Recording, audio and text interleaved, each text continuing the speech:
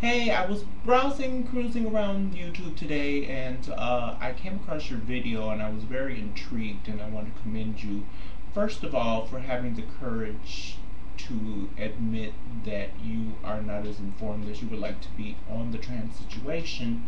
And I would like to share in random, not addressing the questions as you ask them, but randomly as it pops off my head, trying to remember some things that you had questions about, and I'm going to speak from Raina's point of view, and I'm not speaking for everyone in my situation. I can only share with you and hope to enlighten you to our situation from my point of view.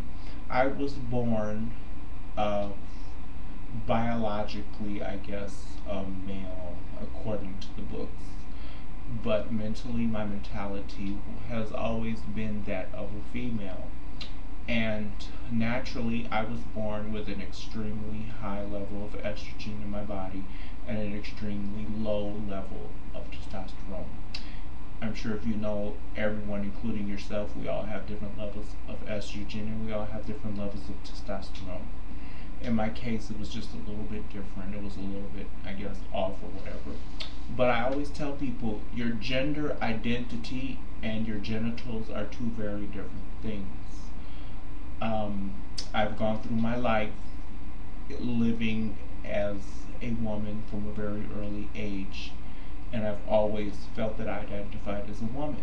Now, I will tell you that I don't say I'm quote unquote a female, because to me, a female is a woman who has reproductive organs and that can bear children.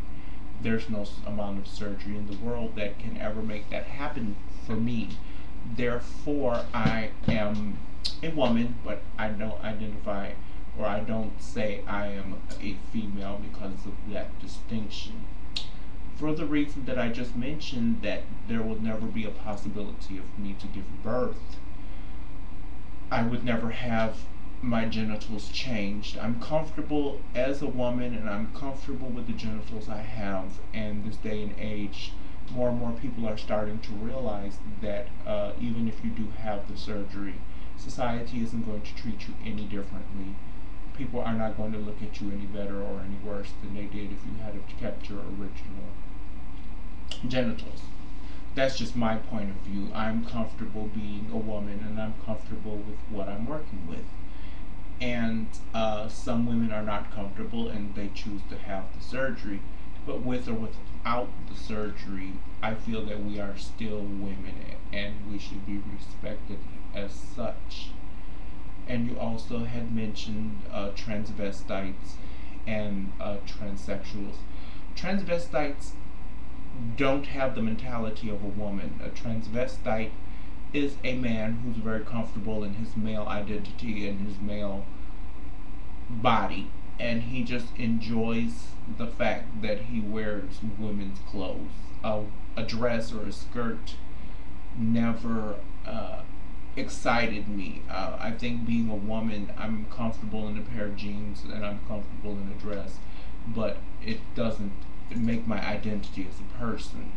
So that to me would be the one of the bigger distinctions between a transvestite and a transgendered woman. Another topic that you touched upon was legal identities, birth certificates, etc., etc. My state ID, my social security card, I have had what we call a gender marker change, which means that when I went to court and I had the legal name change, which is also reflected on my birth certificate, my state ID and my social security card have been changed. My gender marker says female, just like any other woman's. And my name obviously has been changed, and I'm accepted by my family and my friends. And I would like to say at this point in my life, I'm 36 years old, I finally have reached the point where I'm transitioned. I transitioned into the person that I wanted to be and the person that I was comfortable being. And like I said before, I don't think changing my genitals to me would be beneficial or make or break the deal in any way, form, or fashion. If it would have been possible to reproduce and bear children, I most definitely would have opted for that surgery, but since that is medically impossible and I don't feel uncomfortable having the genitals that I have, it's just something that I personally have opted not to do. But my sisters that do, or my sisters that don't, we still live and we still function in society as women. In some cases, some of our family or all of our family accept us as the women that we are. My parents have passed on, but my parents, in their own way, were accepting. And I have a sister, and my sister, in the beginning, was very unaccepting, and my sister just didn't want to have anything to do with it. And I think now that times have changed and people are becoming more educated on our situation, my sister has come around and my sister has apologized for the way that she treated me. And my sister loves and accepts me as her sister.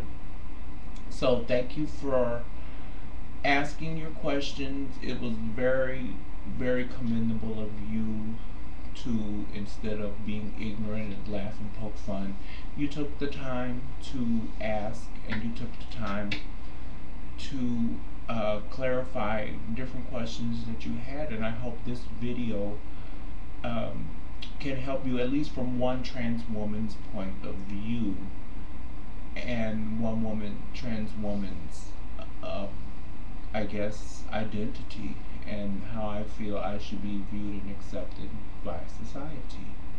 So you have a blessed day, and goodbye from Raina Valentino in the windy city of Chicago.